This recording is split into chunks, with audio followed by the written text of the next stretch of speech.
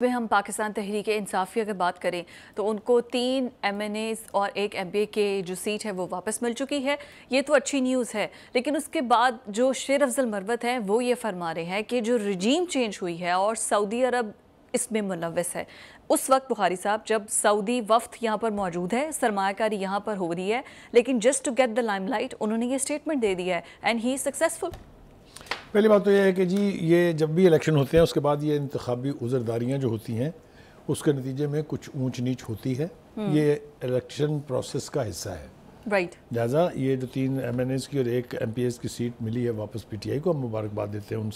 جیتنے والوں کو جن کی انتخابی عذرداری جو ہے وہ پازیٹیولی یعنی ڈٹرمن ہو گئی ہے. دیکھیے سعودی عرب کے حوالے سے PTI اور خان صاحب جو ہیں مہاتما خان صاحب، ان کی دشمنی کوئی اچانک ڈیولپمنٹ نہیں ہے. اگر آپ کو یاد ہو تو وہ سعودی جہاز کے اوپر حضرت صاحب تشریف لے گئے تھے امریکہ، ٹھیک ہے، اور اس جہاز میں واپسی کے اوپر جو غلیظ گفتگو کی گئی سعودی قیادت کے بارے میں نام لینا نہیں چاہتا، لیکن یہ پتہ سب کو ہے. تو اس کا نتیجہ یہ نکلا کہ انہوں نے راستے میں جہاز رکوا کے انہوں نے کہا گیٹ لاسٹ، باہر نکلیں آپ، اور جہاز واپس بلا لیا تھا. یاد ہے نا آپ کو؟ جی بالکل ہوا تھا. پھر آرمی چیف بھاگے پھر جو تھوڑی بہت کسر رہ گئی تھی وہ انہوں نے ان کے جو دیے گئے تحفے تھے جو ایک پریسٹیج ایک آنر ہوتا ہے اس کو بازار عام میں فروخت کر کے باقی کی کسر اس سے نکال دی گئی تھی. غالباً شیر افضل مروت صاحب ابھی تک اسی مائنڈ سیٹ میں تھے، جس لیے انہوں نے یہ بیان دیا ہے کہ ایسے وقت میں جیسا جس کا کہ آپ نے اظہار کیا کہ ایک انتہائی اعلیٰ اختیاراتی سعودی وفد جو ہے پاکستان میں ہے اور 25 سے 30 بلین ڈالر کی انویسٹمنٹ کی بات ہو رہی ہے. لہٰذا انہوں نے اپنی یپ کرنے کے لیے یہ موقع اپنی دانست میں مناسب سمجھا اور سعودی قیادت کے اوپر برس پڑے. اور اس کے بھی علاوہ وہ ہمارے گیسٹ ہیں، رائل گیسٹ ہیں. دیکھیے لڑائی کچھ اور تھی. لڑائی خان صاحب کی ان کے ساتھ تھی جو ان کو لے کے آئے تھے، ان کو نکالا انہوں نے ہی تھا جو ان کو لے کے آئے تھے. ملبہ ڈال دیا انہوں نے سعودی عرب کے اوپر صرف اپنے اس مرشد کو خوش کرنے کے لیے. نہیں، انہوں نے کہا ہمارا اس سے کوئی تعلق نہیں، PTI نے کہہ دیا کوئی تعلق نہیں اس بیان سے. کہنا پڑے گا نا. مطلب ہے ایک سیاسی جماعت کے لیے اس قسم کا وتیرہ اختیار کرنا جو ہے اس کی اونرشپ لینا بڑا مشکل کام ہوتا ہے. یہ تو وہ ہے نا صبح سے شام تک یہ بیان جاری کرتے ہیں، رات کو بیان جاری کرتے ہیں، صبح تجدید کر دیتے ہیں، اگلے دن دوپہر کو اسی دن دوپہر کو معذرت کر لیتے ہیں، تیسرے دن جا کے بانی PTI سے ملتے ہیں اور آ کے ایک نئی درفنتنی چھوڑ دیتے ہیں. تو یہ تو عادی مجرم ہے اس حوالے سے. تو زبان پر چونکہ قابو نہیں ہے، کوئی کنٹرول نہیں ہے، اس لیے جو منہ میں آتا ہے کہہ دیتے ہیں. کیا کیا انہوں نے نہیں کہا خود اپنی پارٹی کے بارے میں، پارٹی کی لیڈرشپ کے بارے میں، کبھی گوہر علی خان کے بارے میں، کبھی حامد خان کے بارے میں. تو یہ مطلب ہے یہ بدزبانی جو ہے یہ ان کا چونکہ وتیرہ ہے، اس لیے یہ جو صورتحال ہے. علی امین گنڈا پور بھی بہت کچھ کہہ رہے ہیں. وہ کہہ رہے ہیں کہ انہوں نے 40 سال میں ایک ہاسپٹل تک نہیں بنایا نون لیگ کے بارے میں. دیکھیے امین گنڈا پور صاحب جو ہیں وہ اب چونکہ چیف منسٹر ہیں، لہٰذا ہم بہت سوچ سمجھ کے ان کے بارے میں گفتگو کرتے ہیں. لیکن جب وہ کچھ ایسی یعنی درفنتنی چھوڑیں گے جس کی ٹوٹل بنیاد جھوٹ ہو تو رد عمل دینا مجبوری ہو جاتی ہے. انہوں نے انتہائی ڈھٹائی سے یہ فرمایا کہ 40 سال میں PMLN نے ایک ہسپتال نہیں بنایا. نہ انہوں نے کسی سے پوچھا ہے، نہ انہیں اس کی توفیق ہے، نہ انہیں ملک کے حالات کا کوئی ادراک ہے، نہ ریالٹی سے کوئی ان کا تعلق ہے. اب میں جلدی میں آپ کو جو مجھے نام یاد آ رہے ہیں وہ میں آپ کو بتا دیتا ہوں کہ کون سے ہسپتال انہوں نے بنائے تھے. نون لیگ نے میو ہاسپٹل کا سرجیکل ٹاور ابھی حال ہی کی مثال ہے جو اپنی طرز کا ایک انوکھا پروجیکٹ تھا. اس کے بعد آجیے جناب PKLI جو کڈنی ٹرانسپلانٹ کا اتنا بڑا پروجیکٹ ہے، اس کی دنیا بھر میں تعریفیں ہوئی ہیں. ان سے پوچھئے گنڈا پور صاحب یہ آپ نے بنوایا تھا یا آپ کے پچھلوں نے بنوایا تھا؟ ایک آگے چلیے انڈس ہاسپٹل، اس کے بعد 1 یونٹ جناح ہاسپٹل، سید مٹھا ہاسپٹل، نواز شریف ہسپتال جس کی کئی برانچز ہیں، طیب اردگان ہسپتال مظفر گڑھ، اس کے بعد شیخ زید میڈیکل کالج ہسپتال رحیم یار خان. یہ تو وہ چند ہے جو مجھے یاد آئے ہیں. اس میں بہت زیادہ اضافہ کیا جا سکتا ہے اس لسٹ میں،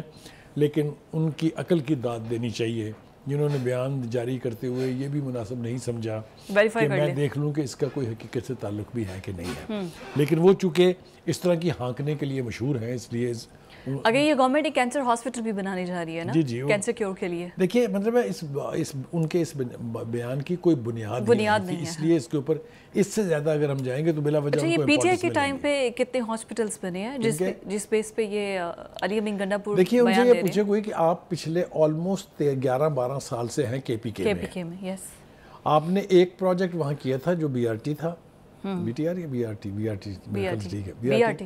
جس کے کرپشن کے سکینڈل جو ہیں وہ پوری دنیا میں چل رہے ہیں، وہ پتہ نہیں 29 ارب سے بننا تھا، وہ جا کے 120 ارب میں بنا ہے، اس کے باوجود وہ پروجیکٹ انکمپلیٹ ہے، فل آف ڈیفالٹس ہے، اس کے اندر ان مینوفیکچرنگ ڈیفالٹس ہیں، اور اس کے حوالے سے اتنی کنٹروورسیز ہیں، اتنی کرپشن، اے ڈی پی بھی نے کہا کہ دس از دا کرپٹ ترین project in that province anyway، اور آپ نے کیا کر کے دیا ہے، کوئی ایک اینٹ لگائی ہو کہیں تو وہ ذرا جلدی سے بتا دیجئے۔ آپ اپنے گریبان میں جھانکنے کا اب شاید رواج نہیں رہا ہے، لوگ دوسرے کے اوپر بہتان ترازی کرتے ہوئے 1 منٹ نہیں لگاتے، لیکن اپنے گریبان میں جھانکنا جو ہے وہ مناسب نہیں سمجھتے ہیں۔ یاسمین راشد کا یہ بیان جو ہے وہ بہتان ہے یا حقیقت بھی ہے؟ وہ کہتے ہیں کہ عالیہ حمزہ اور صنم جاوید کو اس وجہ سے جیل میں رکھا ہوا ہے کہ مریم نواز چاہتی ہیں کہ وہ جیل میں رہے۔ دیکھیے پہلی بات تو یہ ہے کہ میں نے پہلے بھی کہا ہے، کئی دفعہ پھر کر رہا ہوں کہ 9 مئی کی جو گٹھڑی ہے وہ سر پہ اٹھا کے آپ الزام چاہے جس پہ مرضی ڈالیں، لیکن آپ کو وہ سزا بھگتنی ہے، اس لیے کہ آپ نے پاکستان کی دفاعی تنصیبات پر حملہ کیا، آپ نے لوگوں کو حملہ کرنے کے لیے اکسایا، آپ نے حملے کی قیادت فرمائی، آپ وہاں موقع پر موجود تھی، ویڈیوز موجود ہیں، تو اس لیے کسی پر الزام ڈال دینے سے کچھ نہیں ہوگا، حقائق آپ کی نفی کر رہے ہیں، آپ کے خلاف ہیں حقائق، یہ ہو گیا۔ اب جناب وہ ایک خط لکھا گیا ہے جیل سے جناب، جی وہ نہیں وہ بہت امپورٹنٹ ہے، ہمارے جو گورنر پنجاب پچھلے رہ چکے ہیں ان کی طرف سے اور سینیٹر اعجاز چودھری کی جانب سے جیل سے ہی خط لکھا گیا ہے۔ یہ ہے کہ دونوں حضرات میرے لیے بڑے قابل احترام ہیں، اعجاز چودھری صاحب بھی چونکہ لاہور سے تعلق ہے ان کا، اور عمر سرفراز چیمہ صاحب سے تو ہماری واقعتاً دوستی ہے۔ میرے خیال سے یہ خط جو 2 آبجیکٹیو سامنے رکھ کے لکھا گیا ہے، ایک تو یہ تاثر دینے کی کوشش کی گئی ہے کہ دیکھو وہ جو ہمیں چھوڑ کے گئے تھے بڑے پچھتا رہے ہیں، واپس لے آئے انہیں فوراً واپس لائیں جی، انہوں نے مطالبہ کر دیا کہ ان کو واپس لانے کی راہ نکالی جائے، اور پی ٹی آئی کے بانی سے انہوں نے مطالبہ کیا ہے کہ یہ معاملہ ان کی منظوری کے لیے ان کو جیل میں بھیجا جائے تاکہ ان کا راستہ کھل جائے۔ ایک تاثر تو یہ دینے کی کوشش کی گئی ہے، دوسرا تاثر یہ ابھرا ہے کہ شاید اب وہاں لیڈرشپ کا اتنا انحطاط ہے یا اتنا قحط پڑ گیا ہے کہ ان کو پرانے لیڈر واپس چاہیے، کیونکہ اس وقت پارٹی جو ہے وہ دھڑوں میں تقسیم ہے۔ آپ جتنا مرضی اس کی ایکسپلینیشن دے دیں، وکلا کا دھڑا الگ ہے، وکلا کے اندر دھڑے الگ ہیں، جو سیاستدان روپوش ہو گئے تھے اور پی ٹی آئی کے پرانے ورکرز ہیں ان کا دھڑا الگ ہے، جو موجود رہ گئے ان کا دھڑا الگ ہے، جو چلتی گاڑی پر سوار ہوئے ہیں ان کا دھڑا الگ ہے، تو ایک عجیب و غریب قسم کی صورتحال ہے۔ اب یہ دیکھیں فیصل جاوید، مراد سعید، اسد عمر، یہ سب لوگ پی ٹی آئی کے فیسز ہیں نا، لیکن یہ کوئی آگے آگے قیادت نہیں کر رہا، ہاں کوئی قیادت نہیں کر رہا، ٹھیک ہے، اسی لیے یہ کہا جا رہا ہے، یہ تاثر بھی قائم کیا جا رہا ہے، قائم ہو چکا ہے کہ وکلا نے پارٹی کو ہائی جیک کر لیا ہے۔ بشرا بی بی کی بہن بھی بول رہی ہیں، وکلا پہ بڑی وہ بھی ناراض نظر آ رہی ہے، اس لیے کہ ان کا خیال یہ ہے کہ پارٹی کی قیادت جو ہے وہ وکلا کو یا دے دی گئی ہے یا انہوں نے زبردستی لے لی ہے، یا پارٹی کے فیسز اب وہ ہیں، اور یہ بات کسی حد تک حقیقت کے قریب نظر بھی وہی آ رہا ہے، وکلا ہی نظر آ رہے ہیں۔